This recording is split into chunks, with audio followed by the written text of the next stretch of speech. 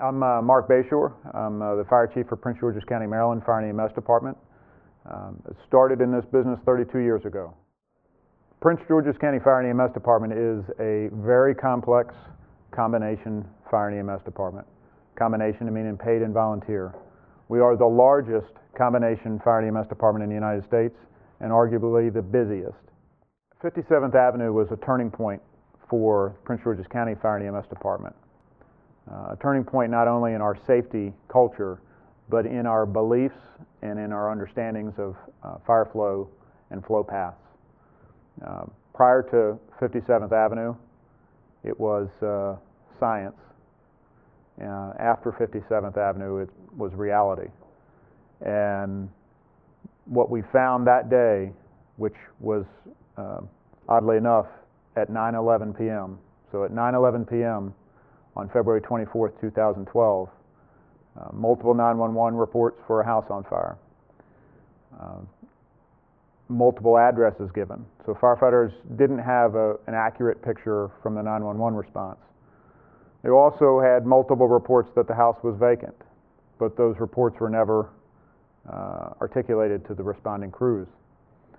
Based on what they found when they got there, it may or may not have made a difference. They arrived and found a one-story in the front, two-story in the rear, single-family home, about 900 square foot.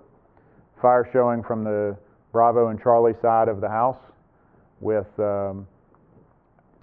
smoke horizontally pushing out the front door.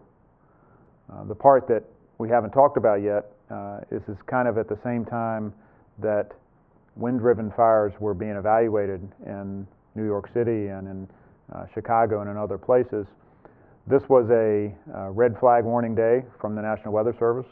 It was a high wind warning day. The winds were, at that time of the fire, at 40 miles an hour from the west, sustained winds of 40 miles an hour, blowing right up against the basement door of this house. So firefighters literally had a horizontal column of smoke blowing across the front yard and across the street, which gave them limited size-up capability from what we would traditionally expect.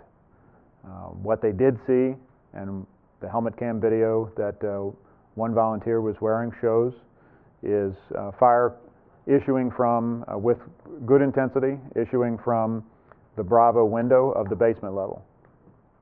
They also saw a vehicle sitting in the driveway. The vehicle had tags on it.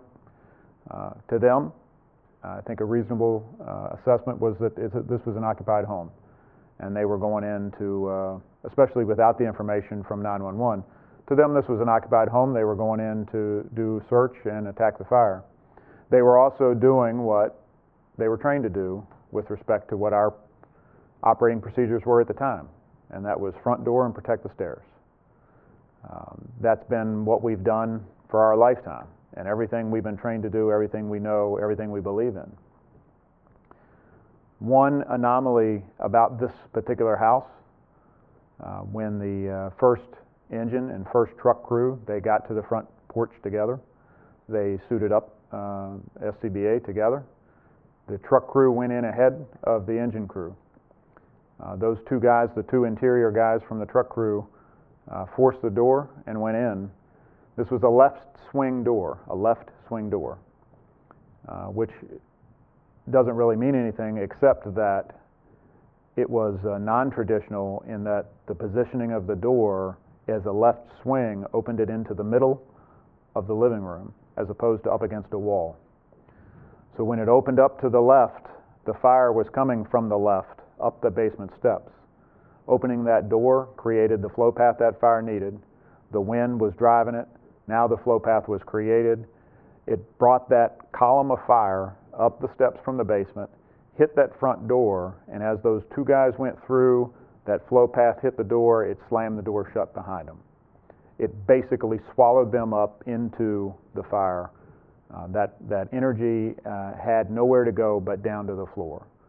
The engine crew had not made it in. There was no hose line there to keep the door open. There was no tool, no nothing. That truck crew went in, and because that anomaly of the swing of the door, it created a situation that they couldn't recover from. The rest of the crews were doing everything that they're supposed to do by procedure, with laying hose lines, with going to the rear. There were people actually asking to be able to reset the fire. And what I'm talking about is they were asking to be able to put a hose line in the basement window just to knock it down so those guys could have a little more tenable situation on the first floor. But that's taboo in what had been trained. That's taboo in what we knew. And when command heard those requests, they wouldn't allow that to occur. It's not necessarily right or wrong. It's not the point. The point is there were people trying to reset the fire. There was also a crew inside the building. And now, all in a matter of 7 seconds of entering, having the door slam, being trapped, now they're scrambling for their life. And those first two guys had a decision to make.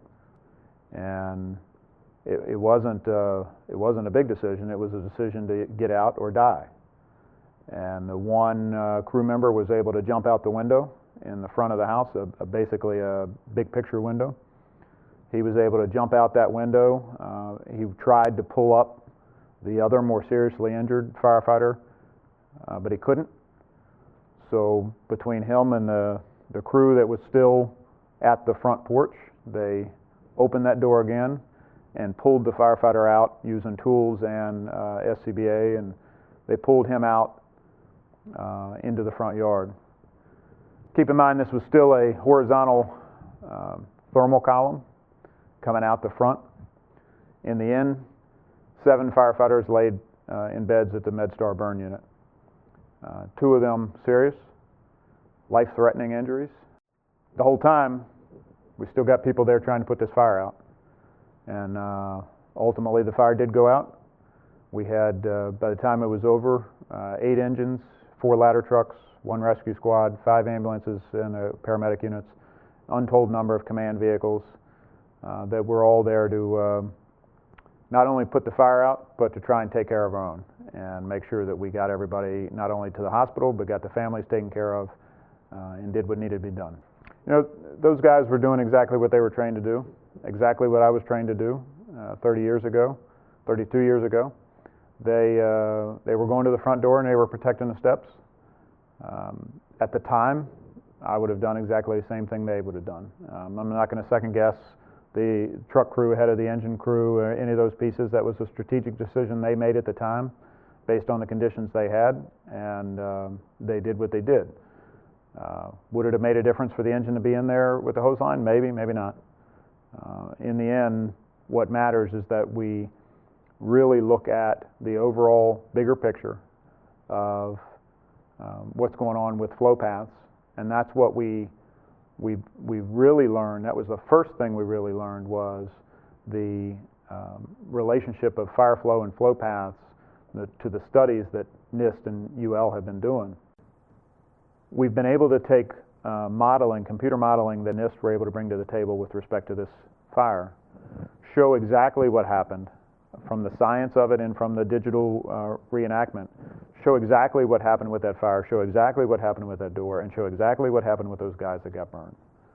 So all of that put together with the helmet cam, put together with the audio, put together with statements from the people, we believe we have one of the best pictures we could possibly have of what happened that night.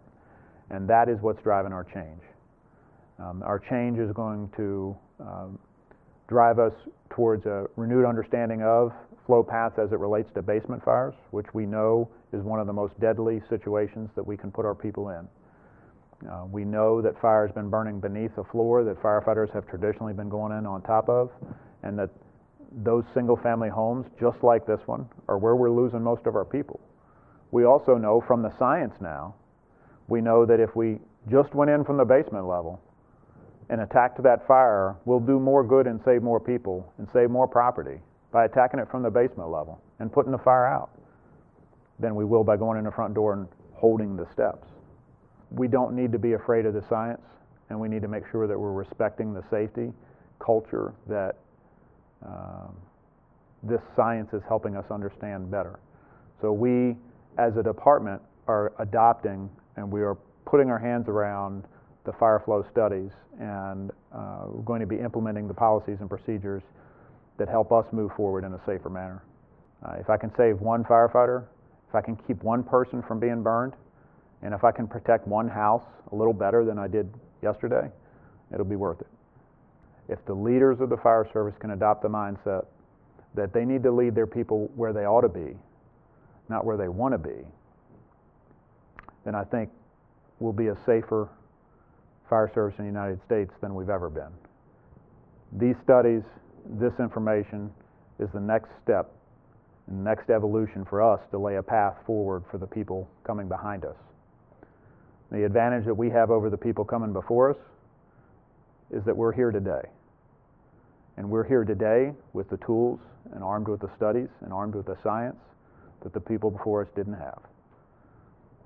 So it's our mission to be safe, it's our mission to lead our people where they ought to be, and it's our mission to do the right thing.